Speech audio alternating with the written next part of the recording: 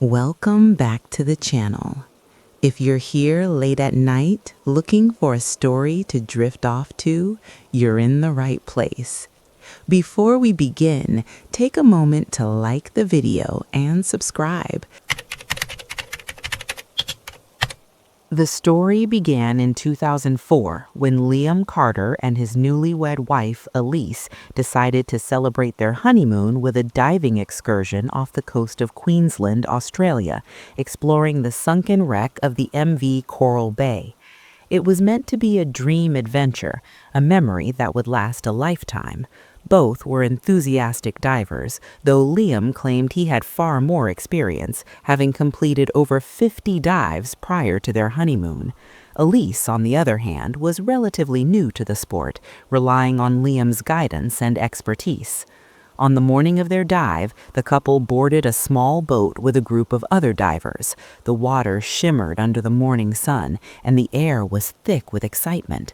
Elise was radiant in her new wetsuit, her laughter mingling with the sound of waves as they approached the wreck site. Liam gave a reassuring nod, adjusting his gear, confident that he could manage any situation. But what was supposed to be a joyful exploration quickly became a nightmare. Descending to a depth of nearly 10 meters, Elise suddenly signaled that something was wrong with her equipment. Panic surged through her and she began thrashing in the water. Liam immediately reacted, swimming over to grab her and guide her upward, but the currents were unexpectedly strong, pulling them apart and making it almost impossible to maintain control. In the chaos, Elise accidentally knocked off Liam's mask and regulator. For several seconds, Liam had no vision and no air, disoriented and vulnerable himself. When he finally cleared his mask and regained a sense of direction, he realized Elise had disappeared beneath him, sinking rapidly toward the ocean floor. Helpless, he attempted to ascend, waving desperately for assistance. A professional diver in the group noticed the struggle and dove down to search for Elise, but the moment had already passed. Elise was found at the bottom of the wreck, lifeless. Her arms lay limp, her face pale and expressionless, her once bright eyes now vacant. The scene was frozen in time, a single frame of tragedy captured forever in the memory of those who witnessed it. From the very beginning, authorities were suspicious of Liam's account. Though he portrayed himself as an experienced diver, his inability to save his new wife and the conflicting details he provided raised red flags. Over the course of the investigation, he offered multiple versions of what happened underwater, at least 15 different accounts. Each iteration contradicted the others, leaving investigators uncertain whether the death was a tragic accident or something more sinister. Further fueling suspicion was the revelation about Elise's life insurance policy. Days before the dive, Liam had allegedly asked her to amend her policy, ensuring he would be the sole beneficiary. Elise, cautious and guided by her father's advice, refused to make the change. She later told Liam she had complied, though she had not. The timing of this request, combined with Liam's contradictory statements and his position as a skilled diver, created an unsettling picture that investigators could not ignore. Prosecutors developed two competing theories. One suggested that Liam was dangerously overconfident, believing his diving skills could handle any emergency, and that his failure to rescue Elise was a catastrophic error rather than deliberate action.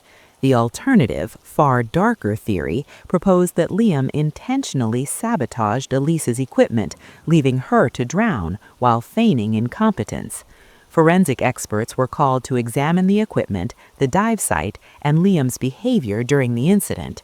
The diving gear showed minor discrepancies that could have been explained by either scenario. Elise's regulator appeared to have been dislodged during the struggle, yet subtle abrasions and wear patterns raised questions. Experts testified that while the current could have caused the accident, the probability of simultaneous mishaps to both divers was extremely low. Investigators also reviewed footage taken from the dive boat, capturing the moments leading up to the disaster. In some frames, Liam appeared tense and unusually hesitant, further complicating the narrative. Throughout the investigation, the media closely followed the case, turning what was already a tragedy into a public spectacle. Headlines described the couple as newlyweds lost at sea and mysterious honeymoon death, capturing the morbid fascination of the public. Elise's family grieved publicly, questioning how a man so trusted by their daughter could fail her so dramatically. They were frustrated by Liam's lack of consistent testimony, and his demeanor during interviews only deepened their suspicions. Liam's account shifted repeatedly.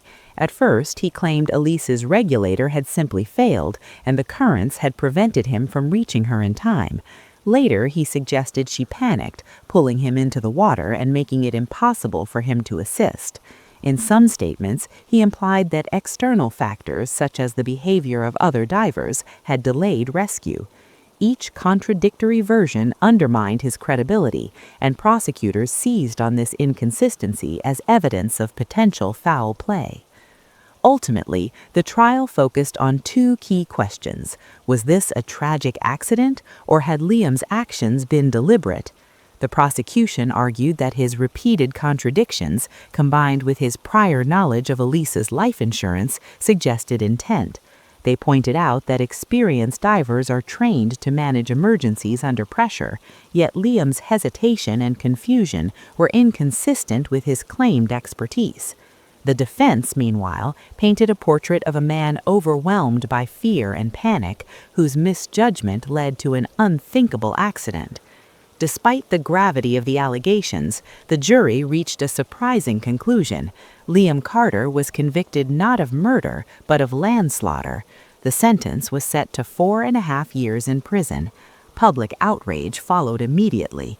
Many believed the punishment was far too lenient for someone whose actions or inactions had directly caused a young woman's death. The situation worsened when Liam's sentence was later reduced to 18 months for good behavior and time served.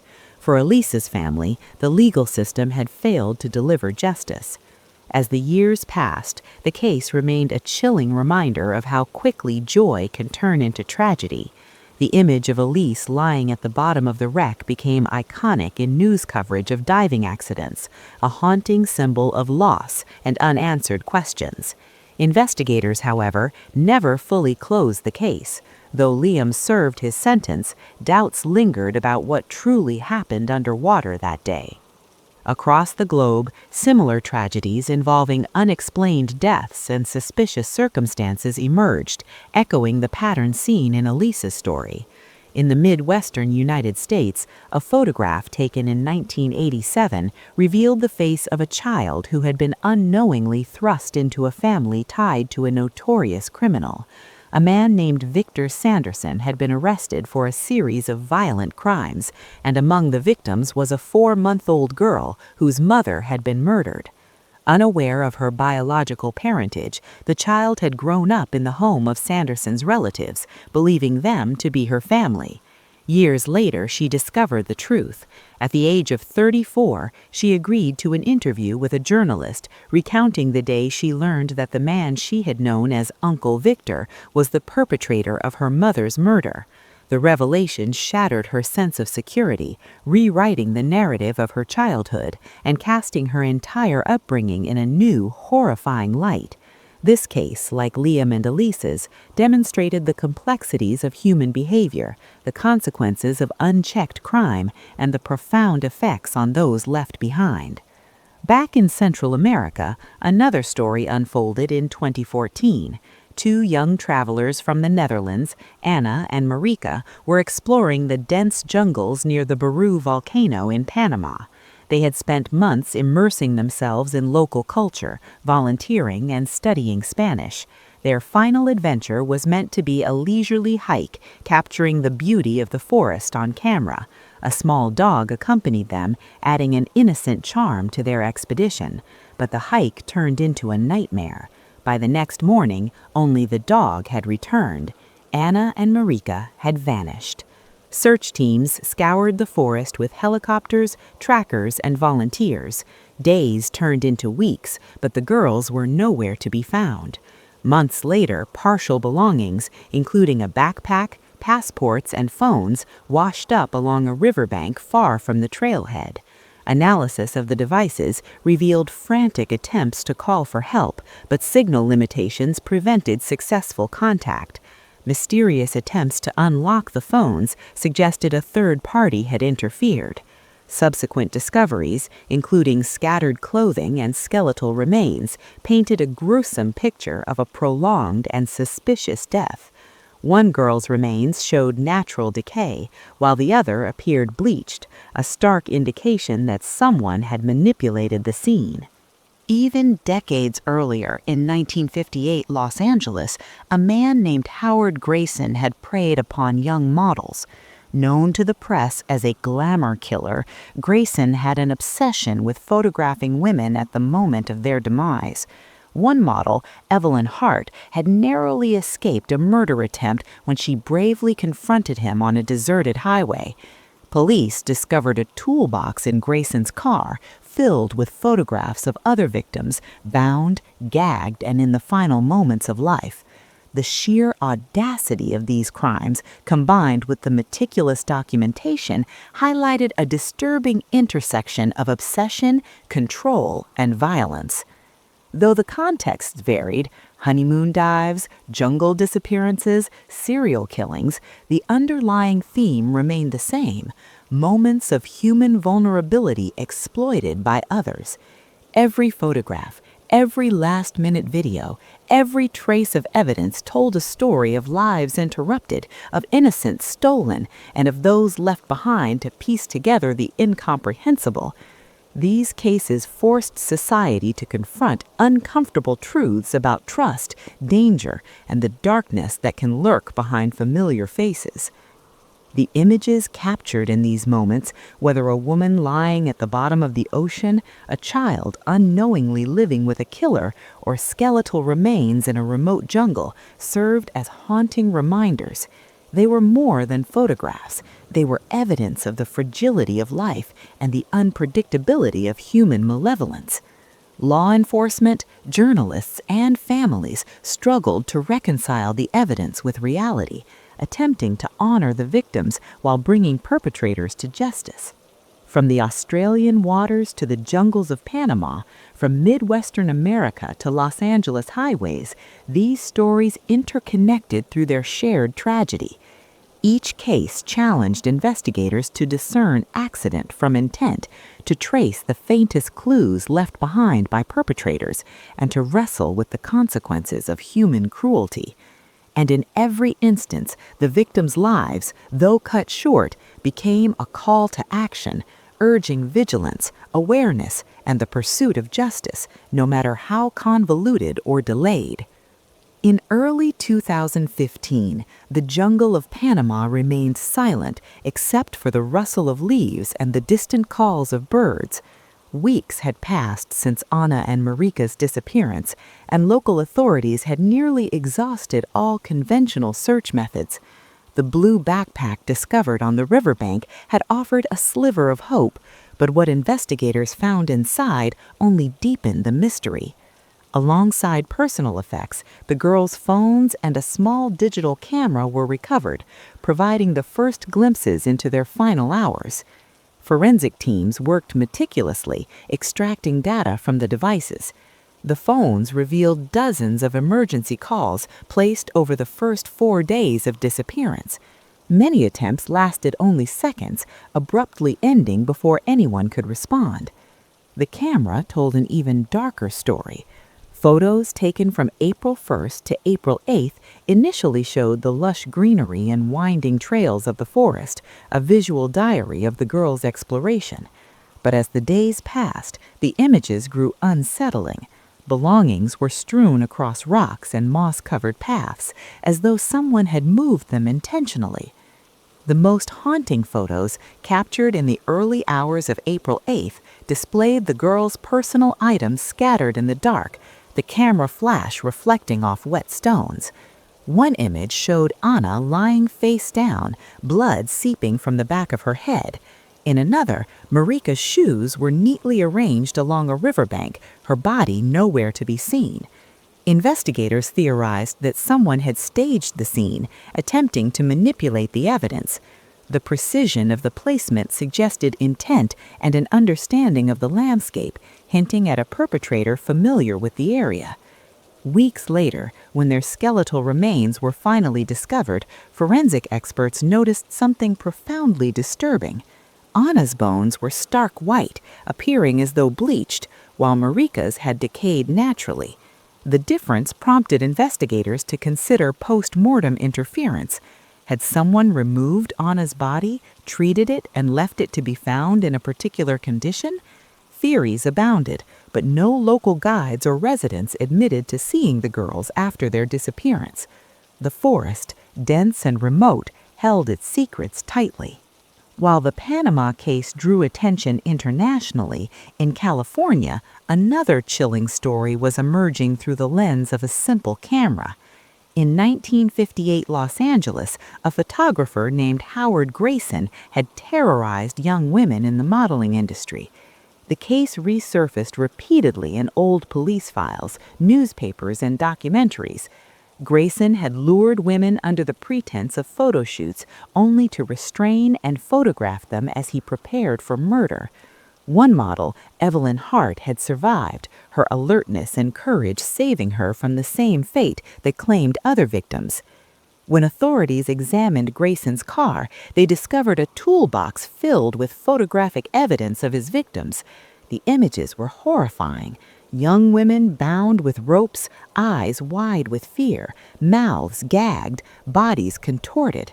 Evelyn's images revealed the meticulous nature of his obsession. Grayson didn't simply murder, he documented every moment, reliving the act through photography. Police dubbed him the Glamour Slayer, a label that captured the public's fascination and horror. Grayson confessed to multiple murders and was ultimately sentenced to death in 1959, but the images left a haunting legacy of cruelty.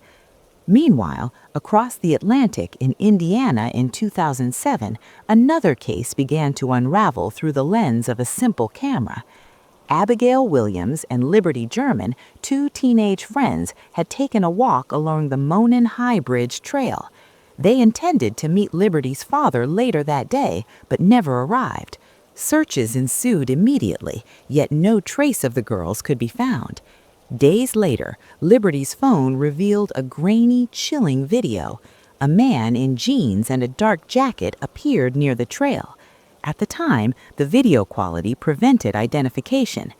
It wasn't until 2022 that police confirmed the identity: Richard Matthew Allen. He had been stalking the girls, and his predatory behavior ultimately led to their deaths. Allen's trial concluded in November 2024, resulting in a sentence totaling 130 years in prison. The case highlighted the terrifying combination of modern technology and age-old predation, how a moment of vigilance captured by a camera could become a critical piece of evidence in solving crimes decades later. Even older photographs revealed unsettling mysteries. A 1943 family photo from Kapis George, Hungary, seemed ordinary at first glance. It depicted a mother smiling with her husband, but behind them appeared a little girl in a dress, faceless and without hands. The family swore no one else had been present when the photo was taken. The photograph had never been edited, yet the image remained unnerving, leading many to speculate about supernatural involvement. Similar images emerged in other parts of the world, each hinting at something inexplicable lurking in seemingly ordinary moments. In Chicago, a newlywed couple, Robert and Elaine Morton, took a photograph of their young son on the first day at their new apartment. When the film was developed, they discovered the faint outline of an elderly woman sitting beside their bulldog in the corner of the frame. The couple insisted no one else had been present. In another photograph, the Cooper family from the 1950s appeared happy, posing in their living room. But above them, a man's body seemed to be falling from the ceiling, suspended unnaturally, an anomaly that no one could explain even decades later. Australia, too, had its share of inexplicable imagery. In 1945, Mary Elizabeth visited the cemetery of her 17-year-old daughter, Joyce Andrews. After cleaning her grave, she snapped a photograph for memory's sake. Upon developing the photo, Mary was horrified to see a baby sitting beside the tombstone, staring directly into the camera lens. The child had not been present during the visit, and no local records explained the apparition. Similarly, in 1959, Mabel Chinnery captured her husband on the way to visit a relative's grave. The photograph revealed a figure with glowing eyes sitting in the back seat of the car, an entity that defied explanation. In England, a couple named Peter and Diane Berlow visited a church in Worsted, Norfolk. Diane was praying quietly while Peter took a photograph. Reviewing the images later, they noticed a spectral figure standing behind Diane, seemingly emanating light. The parish priest interpreted the figure as a benevolent spirit, historically recognized for protecting common worshippers. In Scotland, the Templeton family photographed their daughter on vacation at Burgh Marsh. Upon returning, they discovered a ghostly figure of a man lurking behind their child in one of the images. The couple asserted that no one else had been present. Even casual photographs could reveal the supernatural. In Manila, two young women posed on a dimly lit street at night, only to have their arms seemingly gripped by a ghostly figure captured by a Nokia 7250. Across the United States, Jackie Rem from Florian, Alabama, visited an amusement park on a foggy day. She photographed her surroundings only to capture the clear image of a boy in a red sweater with a white collared shirt, yet no child had been present. These images, taken without modern editing technology, confounded experts, skeptics, and families alike. Back in Panama, investigators struggled to make sense of Ana and Marique's final hours. The evidence suggested deliberate interference, yet no suspects emerged. Unlike the Grayson or Allen cases, where perpetrators were ultimately identified and brought to justice, the jungle remained silent, keeping its secrets tightly sealed. The contrast between resolved cases and ongoing mysteries highlighted the fragility of human life and the enduring presence of danger in remote places. The photographs, in particular, became critical tools. They captured evidence that might otherwise have been lost, fleeting glimpses of a perpetrator, traces of supernatural presence, or the haunting absence of a loved one. In the hands of investigators, journalists, or family members, these images transformed ordinary memories into sources of revelation and horror. Each one told a story, sometimes tragic, sometimes inexplicable, always compelling. The pattern emerged clearly. Human vulnerability, whether in a remote forest, beneath the ocean, in urban streets, or even within family homes, was constantly exposed to forces both known and unknown. The images linked disparate stories across continents and decades, creating a tapestry of mortality, malevolence, and the supernatural. They reminded those who looked at them that what appears ordinary may conceal the extraordinary, whether in the form of a criminal act, a tragic accident, or a spectral presence. By the end of Part 2, the chilling reality became apparent. Tragedy often strikes where people feel safest, on vacation, during daily routines, or in the company of loved ones. Even photographs intended to preserve joyful moments could capture something sinister or reveal truths hidden from the naked eye. Investigators learned to read these images like crime scenes, extracting subtle clues to reconstruct events. Families, meanwhile, were forced to grapple with questions that had no easy answers. Why did this happen? Could it have been prevented?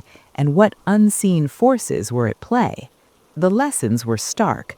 Whether human or supernatural, the presence of danger could not be ignored. Evidence, however faint, became crucial. From Liam Carter's failed rescue in Australia to the doomed hikers in Panama, the predatory killers in the United States, and the inexplicable apparitions in photographs across the globe, one theme was consistent.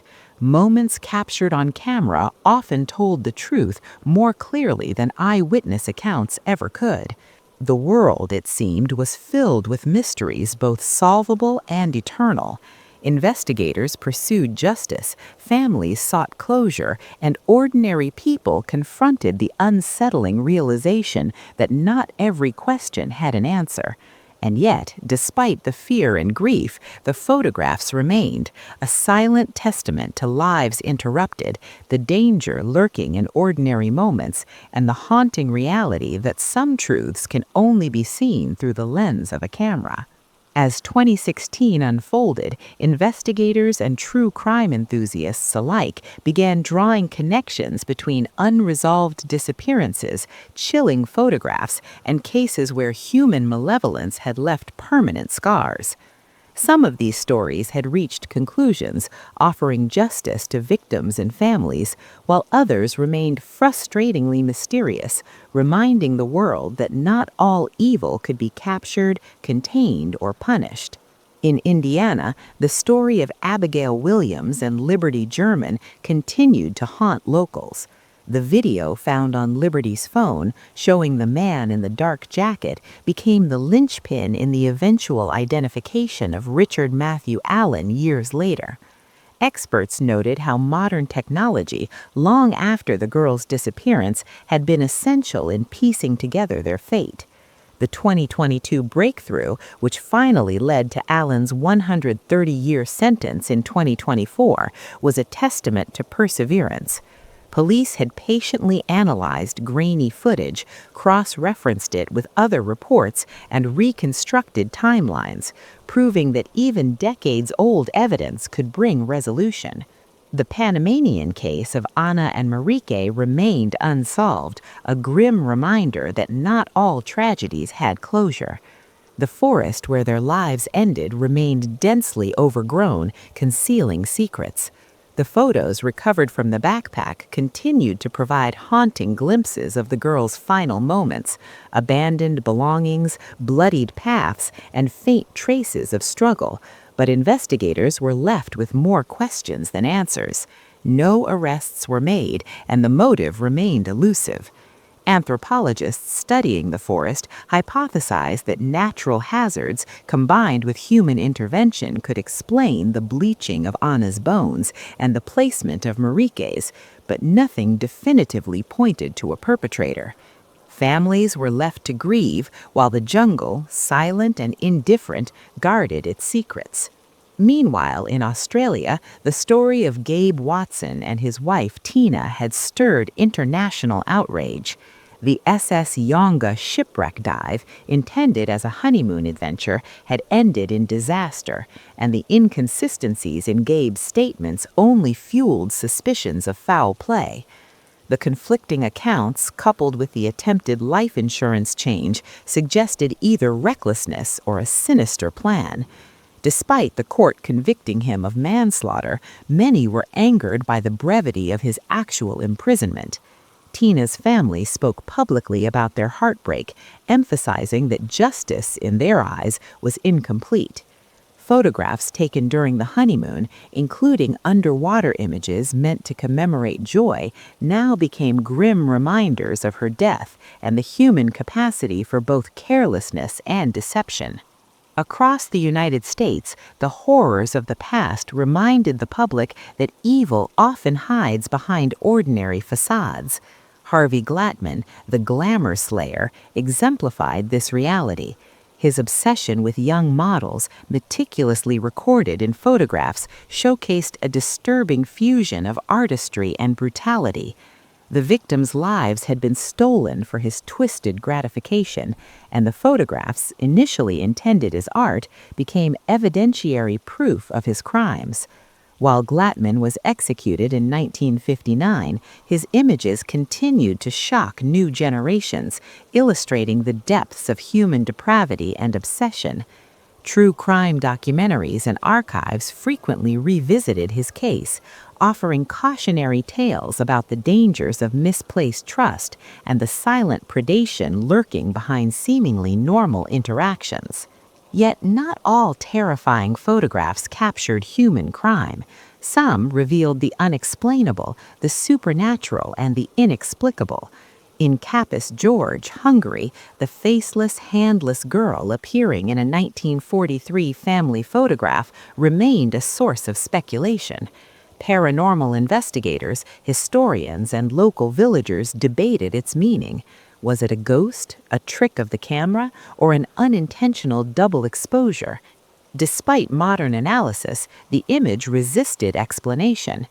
Similar photographs in Chicago, where an elderly woman appeared beside a bulldog in an empty apartment, and in Australia, where a baby was inexplicably present at a cemetery, forced viewers to confront the possibility that the world held mysteries beyond human comprehension. In Indiana, the Monon High Bridge Trail incident left an indelible mark on the community. Families of hikers became acutely aware of the risks posed by isolated trails. Law enforcement agencies updated safety protocols, installing cameras and emergency call stations. But the eerie photograph of a man captured near Abigail and Liberty would forever haunt the narrative of missing persons. For the victims' families, the photographs were both a source of pain and the only tangible evidence of their final moments. They served as reminders that technology could sometimes protect and sometimes fail, leaving loved ones in limbo.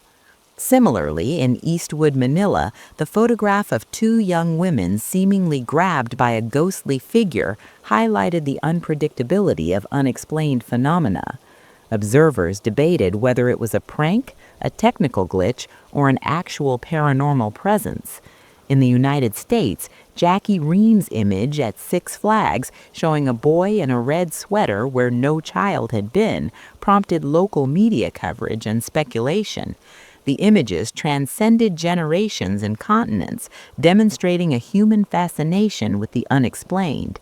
Experts often cited these photographs to discuss human perception, light anomalies, and psychological interpretations of fear, yet none offered conclusive answers. The pattern across these stories became clear. Death, danger, and the supernatural could manifest in ways both predictable and utterly baffling. Some victims were claimed by human hands, others by accidents or natural hazards, and a few by forces that might never be fully understood. Photographs, often mundane and casual, became critical pieces of evidence, sometimes revealing perpetrators, sometimes preserving fleeting moments of life, or capturing entities that defied rational explanation. For families, investigators, and observers, these images transformed understanding, forcing them to reconcile with mortality, evil, and mystery simultaneously. Even modern cases carried echoes of historical tragedies.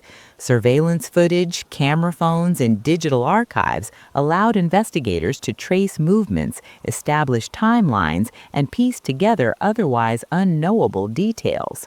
The Monon High Bridge video, Anna and Marika's photos in Panama, and archival images of Gabe Watson's honeymoon underwater all demonstrated the power of visual evidence to uncover truths long obscured by circumstance. They reminded the public that vigilance, documentation, and patience were critical in both crime prevention and resolution. Beyond the horrors captured by human criminals, the stories of supernatural and unexplained photographs challenged perceptions of reality. Families were forced to acknowledge that some events, some images, defied reason. Across the globe, from Hungary to Australia, Manila to Chicago, the same theme persisted. The ordinary world could harbor extraordinary, terrifying anomalies. Children appeared where none existed, figures manifested in empty rooms, and fleeting moments of danger were captured with unsettling clarity. Whether ghost, optical illusion, or coincidence, the photographs held a power that words could not convey. In the end, the common thread among all these stories was human vulnerability. Whether faced with a predatory spouse, a serial killer, a treacherous forest, or an unexplainable presence, individuals navigated a world filled with hidden dangers. Photographs, videos, and surveillance became tools of truth, revealing what eyes alone could not perceive. Families were left to grieve, investigators to pursue justice, and society to reckon with the unpredictable intersection of chance, malevolence, and the unknown. By 2025, reflections on these cases became a way to educate and warn. Documentaries, true crime podcasts, and paranormal shows use the images to highlight both the fragility of life and the necessity of vigilance. The deaths of Anna and Marika reminded travelers to respect remote terrain and remain cautious. The photographs of victims like Judy Dull and Evelyn Hart demonstrated the importance of awareness and scrutiny in interactions with strangers. The eerie, unexplained images from around the world kept curiosity alive, challenging viewers to question reality itself. Ultimately, these intertwined stories, spanning decades, continents, and forms of evil, offered a sobering lesson. Life was precious and precarious, trust was fragile, and moments captured in photographs could preserve truth or terror indefinitely. Whether human or supernatural, danger was never far away. The images left behind, whether of victims, apparitions, or final moments, served as both evidence and memorial, preserving lives, tragedies, and mysteries for generations to come. As night fell over forests, oceans, and cities, one truth became undeniable. The lens of a camera in the hands of witnesses or perpetrators could capture the fleeting line between life and death, the ordinary and the terrifying, and sometimes the photographs told stories that words could never fully explain. They became silent witnesses, frozen in time, testifying to the darkest corners of human nature, the unpredictability of the world, and the haunting presence of mysteries that would forever elude comprehension. It was supposed to be an ordinary night, the kind you don't remember years later. 27-year-old Megan Carlisle went out to watch a basketball playoff game at her favorite neighborhood bar in Brookhaven, Florida. She had done it dozens of times before. Same place, same crowd, same routine. Megan planned to watch the game, have a drink or two, then head home. But that night, something shifted. She met a man she barely knew. She gave him a ride, and after that, Megan Carlisle vanished. By morning, her phone was silent. By evening, her car was found abandoned on a dark residential street. But Megan herself was nowhere. And the one person who saw her last would become the center of a mystery that still haunts Brookhaven years later. Megan Carlisle was born in 1983, the only daughter of Laura and Daniel Carlisle in the quiet town of Pine Ridge, just outside Brookhaven. From the moment she could talk, Megan had a special bond with her father. She followed him everywhere, asked endless questions, and proudly called herself Dad's shadow. Family friends often joked that wherever Daniel went, Megan wasn't far behind. She grew up curious and driven. Megan dreamed of working in medical imaging one day, fascinated by how machines could see what the human eye couldn't.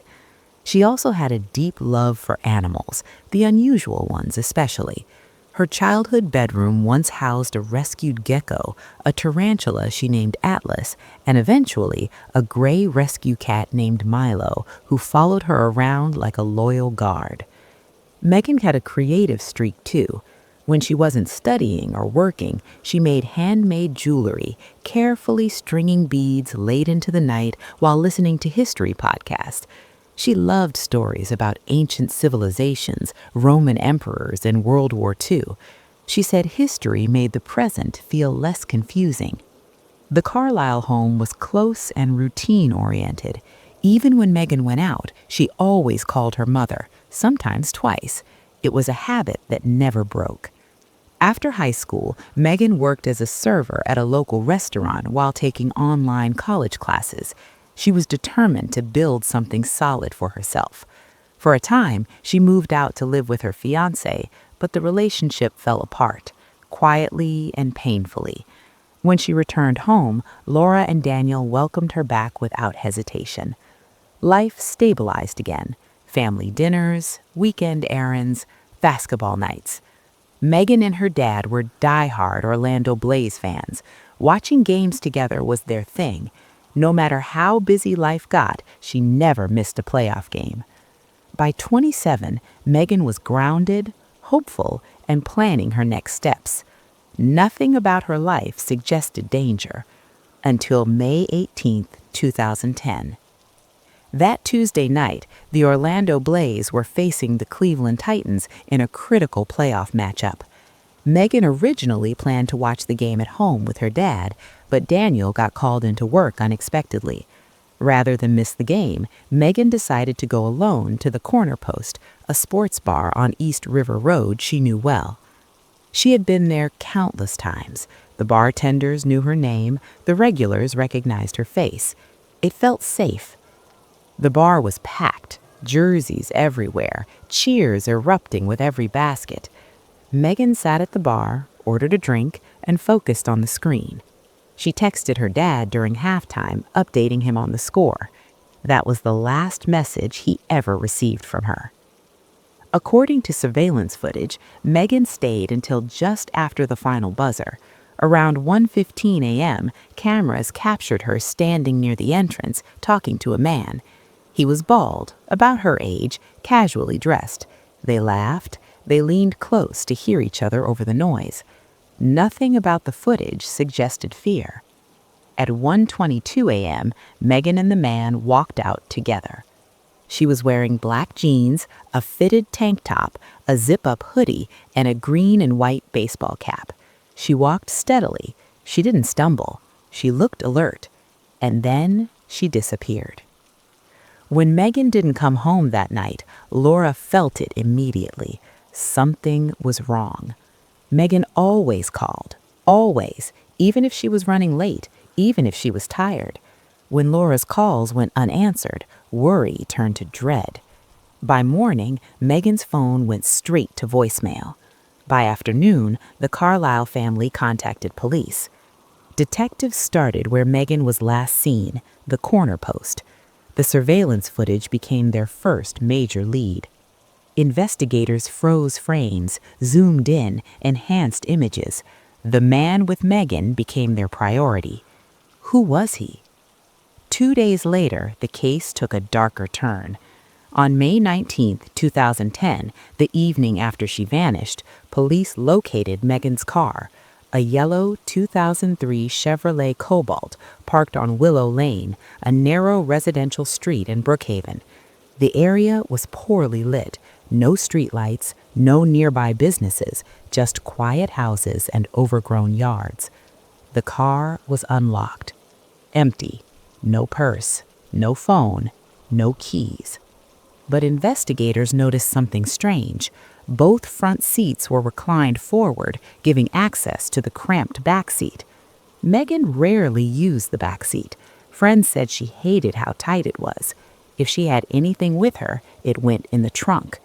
Her father was adamant about one thing. Megan hated dark places. She would never park here, Daniel told detectives, not willingly. The car's location raised an alarming possibility. Megan hadn't chosen this spot. The man from the bar was identified within days. His name was Ryan Mercer. Detectives contacted him, and to their surprise, he agreed to talk. Ryan claimed he met Megan at the bar during the game. They talked, had a few laughs. When he mentioned he didn't have a car, Megan offered him a ride home. According to Ryan, he dropped him off, and that was the last time he saw her. But there was a problem. Megan's car had been found less than a block from Ryan's house. Suddenly, he wasn't just the last person to see her. Her disappearance now circled directly around him. Police obtained Megan's phone records. Her phone had powered off around 8:30 a.m. the morning after she vanished. The last signal pinged near Willow Lane, where the car was found. That was enough for a search warrant. When detectives searched Ryan's house, they didn't find Megan, but they did find drugs. Ryan was already out on bond for unrelated charges, and the discovery led to his immediate arrest. As detectives dug deeper, more troubling details surfaced.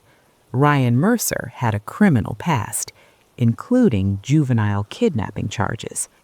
Then witnesses began coming forward. Friends of Ryan told detectives they saw him leave the bar with a woman matching Megan's description. One claimed Megan went inside Ryan's house briefly. Another said Ryan pressured her to try drugs. Ryan had never mentioned that. His story was unraveling. Cadaver dogs were brought in. Bloodhounds searched Megan's car. The dogs found nothing, not even her scent. As days turned into weeks, Megan's father covered Brookhaven with flyers, parks, empty lots, wooded trails, anywhere a body could be hidden. With no progress, the family reached out to a volunteer search organization. Hundreds of acres were combed. Still nothing. And then investigators uncovered something that made their blood run cold. A year earlier, another woman had given Ryan Mercer a ride home, and she barely survived. By the time the sun rose over the low rooftops of Clearwater Pines, the disappearance of Maya Reynolds was no longer just a worried family matter. It had become a police case. Maya's parents, Elaine and Robert Reynolds, had waited through the night, hoping for the familiar sound of her car pulling into the driveway, hoping their anxiety would turn out to be unnecessary. It never did. By mid-morning, after repeated calls went straight to voicemail, Elaine walked into the local police station with trembling hands and reported her daughter missing. Detectives immediately focused on Maya's last known movements. She had told her mother she would be home after the championship basketball game. She had gone to the Blue Lantern, a neighborhood bar she'd visited dozens of times before. It was supposed to be routine. That familiarity made her disappearance even more unsettling. Investigators canvassed the area around the bar, interviewing staff and patrons who had been there that night. Several people remembered Maya clearly. She was friendly, easy to recognize, and known by name by some of the bartenders. One employee recalled seeing her cheering loudly during the final minutes of the game. Another remembered that she wasn't alone when she left. Security footage confirmed it. The cameras showed Maya exiting the bar sometime after 1 a.m., laughing and talking with a man no one could identify at first. He appeared relaxed, comfortable, as if the two had known each other longer than just a single evening. Maya did not look alarmed. There were no signs of a struggle. They walked out together, side by side, disappearing into the parking lot. The man became the investigation's first real lead. Police released still images from the footage to the public, asking for help identifying him. Tips began to trickle in. A few were vague, others went nowhere. Then, less than 24 hours later, another development shifted the case entirely. Maya's car was found. It sat on Willow Bend Road, a narrow stretch of pavement on the outskirts of town, bordered by overgrown trees and unlit after dark. The car was unlocked. The engine was cold. There were no personal belongings inside. No purse, no phone, no jacket. It was as if Maya had stepped out and never returned. What stood out most to detectives was the position of the seats. Both front seats were pushed forward, an unusual setup for a two-door car. Maya rarely carried passengers in the back. Friends and family confirmed that detail. It wasn't her habit. That alone suggested that something out of the ordinary had happened after she left the bar. The location of the car raised even more questions. Willow Bend Road was only a short distance from a small rental house owned by Caleb Moore, a man whose name would soon become impossible to separate from Maya's disappearance. Caleb was identified as the man from the surveillance footage. When detectives contacted him, he didn't run, he didn't refuse to talk. In fact, he seemed almost eager. He told police he had met Maya at the bar, struck up a conversation, and asked for a ride home because his car wasn't working. According to him, she dropped him off near his house and drove away. That was the last time he claimed to have seen her. But his story immediately raised red flags. Maya's abandoned car had been found less than 100 yards from Caleb's front door. Detectives pressed him on that point. Caleb shrugged it off, saying he hadn't noticed the car and had no reason to suspect anything was wrong. He insisted Maya had been fine when she left, calm, sober, alert. Police checked Maya's phone records next. Her phone had gone silent early that morning. The last signal placed it right where her car was found. That information, combined with the proximity to Caleb's home, was enough to secure a search warrant. Inside the house, investigators found no trace of Maya, no clothing, no phone, no obvious signs of a struggle. But what they did find was troubling: drug paraphernalia, small quantities of illegal substances, evidence that Caleb had been violating the terms of his probation. He was arrested on those charges immediately. While he sat in jail, more pieces of his past began to surface. Caleb Moore was no new hire for law enforcement. His record stretched back years: assaults, theft, a history of volatile behavior. Friends described him as unpredictable, capable of being charming one moment and frightening the next. Several women came forward with stories of uncomfortable encounters, though none had ever formally reported him before. Then one woman did. Her name was Lauren Pike. Nearly a year before Maya vanished, Lauren had crossed paths with Caleb under eerily similar circumstances. She had met him casually through mutual acquaintances. One night, feeling safe enough, she agreed to give him a ride. When they arrived near his home, what should have been a simple goodbye turned into something terrifying. According to Lauren, Caleb suddenly grabbed her, forcing her to the ground and threatening her life. She fought back, screaming until someone nearby heard her and intervened. Caleb fled. Lauren survived, shaken and injured, but alive. She reported the incident. A case was opened, but Caleb disappeared before charges could be filed. Now, with his name tied to Maya Reynolds, investigators reopened Lauren's case. The similarities were impossible to ignore. A woman offering a ride, a sudden shift in behavior, violence without warning. Meanwhile, the search for Maya intensified. Volunteers joined law enforcement, combing wooded areas, drainage sites, and abandoned properties. Search dogs were brought in, but they struggled to pick up her scent, even inside her own car. It was as if Maya had vanished into thin air. Her father, Robert, refused to sit still. He organized searches, posted flyers, knocked on doors. He memorized every detail of her life, replaying the last days over and over, looking for something he might have missed. Her mother, Elaine, clung to hope, even as each passing day made that hope harder to hold on to. Weeks turned into months. Then, nearly 2 years after Maya disappeared, something unexpected happened. During a routine environmental survey at Lake Grayson, a body of water that had partially dried up due to drought conditions, workers discovered human remains, bones, a skull, personal items scattered nearby.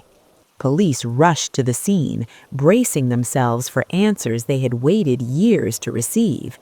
But the remains were not Maya's. They belonged to a man named Daniel Brooks, who had been reported missing months before Maya vanished. Daniel had no known connection to Maya, but he did have one thing in common with her: Caleb Moore. Witnesses came forward, saying Daniel had last been seen with Caleb late in the evening, acting nervously. A patrol officer had even stopped them once, but no arrests were made. Daniel's car had been abandoned near the same lake where his remains were eventually recovered. The discovery changed everything. Now, investigators were looking at a single disappearance. They were looking at a possible pattern, a timeline that suggested Caleb Moore might be responsible for more than one vanishing. Anonymous tips flooded in. One caller claimed Caleb bragged about harming people. Another suggested there were more victims, their remains hidden in places no one had thought to search. Police followed every lead, but evidence is stubborn. Suspicion is not proof. Daniel's remains were too decomposed to determine a cause of death. There was no physical evidence tying Caleb directly to his death. No witnesses willing to testify to anything more than unsettling behavior. What detectives did have was Lauren Pike. Her case was solid. Her testimony was clear. Her injuries had been documented, and Caleb was already behind bars. Prosecutors decided to act. If they couldn't yet bring justice for Maya Reynolds, they would make sure Caleb Moore could not walk free again. As preparations for trial began, the Reynolds family watched from the sidelines, caught between hope and heartbreak. They knew this case wasn't about Maya directly, but they also knew that keeping Caleb locked away might be the only justice they would ever get. And as the trial date approached, one question hung heavy over everyone involved. If Caleb Moore was capable of such violence once, and possibly twice, what had really happened to Maya on that quiet night when she never came home? The trial of Caleb Moore began quietly, without spectacle. There were no flashing cameras outside the courthouse, no crowds gathering on the steps. Yet inside, the air was heavy.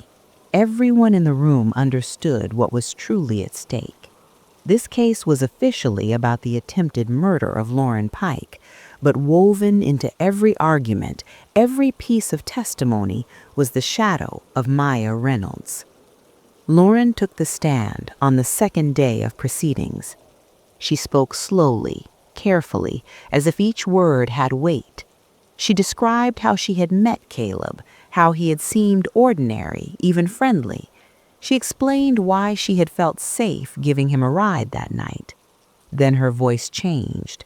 The courtroom fell silent as she recounted how his demeanor shifted without warning, how he grabbed her, forced her down, and threatened her life in a low, controlled voice. She described the fear, the shock, the moment she realized this was no misunderstanding. Photographs of her injuries were entered into evidence. Bruises, scratches, marks that told a story words alone could not. The defense tried to frame the incident as confusion brought on by intoxication, suggesting Caleb had no clear memory of the attack. But the jury saw what the prosecution wanted them to see. This was not chaos, it was intent. Throughout the trial, Caleb sat expressionless. He rarely looked at Lauren. When he did, there was no visible remorse, no reaction at all. The prosecution did not mention Maya Reynolds by name during opening statements. They did not have to. Her parents sat quietly in the gallery every day, their presence speaking louder than any words. Elaine clutched a folded photograph of Maya in her hands. Robert stared straight ahead, his jaw clenched, listening to testimony that echoed too closely to what they believed had happened to their daughter. When the verdict came, it was swift. Guilty. Caleb Moore was convicted on multiple charges, including attempted murder, unlawful confinement, and burglary. The sentence was life in prison. As the judge read the ruling, a wave of relief moved through the room. Lauren closed her eyes and exhaled. She had survived, and now she had been believed. Justice, at least for her, had finally arrived.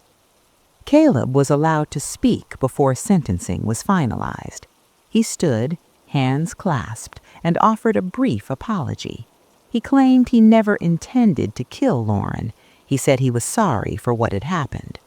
For many in the courtroom, the words felt empty. Outside, reporters waited, but the Reynolds family did not stop to speak. There was no celebration for them, no closure. Caleb's conviction meant he could no longer hurt anyone else, but it did not bring Maya home. In the months that followed, investigators continued working Maya's case, though quietly now. Leads were scarce. Evidence had grown cold. The discovery of Daniel Brooks's remains had shaken the department, but it had not provided the answers they needed. His cause of death could not be determined. Without physical proof, prosecutors could not move forward. Still, detectives believed there was a connection. They revisited timelines, re-interviewed witnesses, and reviewed every tip that had come in over the years. One anonymous call continued to trouble them. The caller claimed Caleb had spoken about multiple victims, about places where no one would look, lakes, wooded areas, isolated land. Searches were conducted. Some were brief, others lasted days. Nothing conclusive was found. Eventually, the case file grew thick with unanswered questions. Years passed. For Elaine and Robert Reynolds, time did not heal. It simply stretched the pain out longer. Holidays came and went with an empty chair at the table. Birthdays passed without celebration. Elaine kept Maya's room exactly the same. Robert avoided the bar where Maya had last been seen. Every phone call carried a flicker of hope, quickly extinguished. They spoke publicly when they could, keeping Maya's name alive. They pushed for awareness, for accountability, for answers. What haunted them most was not knowing. Did Maya realize she was in danger? Did she fight? Did she try to escape? Or did something happen so quickly she never had a chance? These were questions without answers, and they lingered in the quiet moments, in the spaces between sleep and waking. Caleb Moore remained behind bars. In 2016, he appealed his conviction, claiming ineffective legal counsel. The appeal was reviewed, argued, and ultimately denied. The life sentence stood. The judge ruled that the evidence against him was overwhelming and the trial fair. For the Reynolds family, the decision brought a small measure of comfort. Caleb would not walk free. He would not get another chance. But justice, in its truest sense, remained incomplete. Maya Reynolds is still listed as a missing person. Her case is discussed in training sessions for investigators. It is cited as an example of how quickly a life can vanish, how a single decision can alter everything. It is also a reminder of how difficult it is to prosecute without physical evidence, even when suspicion feels certain. Detectives who worked the case still talk about it. They talk about the car on Willow Bend Road, about the seats pushed forward, about the phone that went silent too soon, about the man's name that kept resurfacing, always just beyond the reach of proof. They talk about missed chances, about what might have happened if earlier cases had been taken more seriously, about how patterns often become clear only in hindsight. As for Lauren Pike, she rebuilt her life slowly. Therapy helped. Time helped. She carries scars, some visible, others not, but she also carries strength. Her testimony ensured Caleb Moore would never again have the opportunity to hurt anyone. She knows her survival may have prevented future tragedies. That knowledge matters.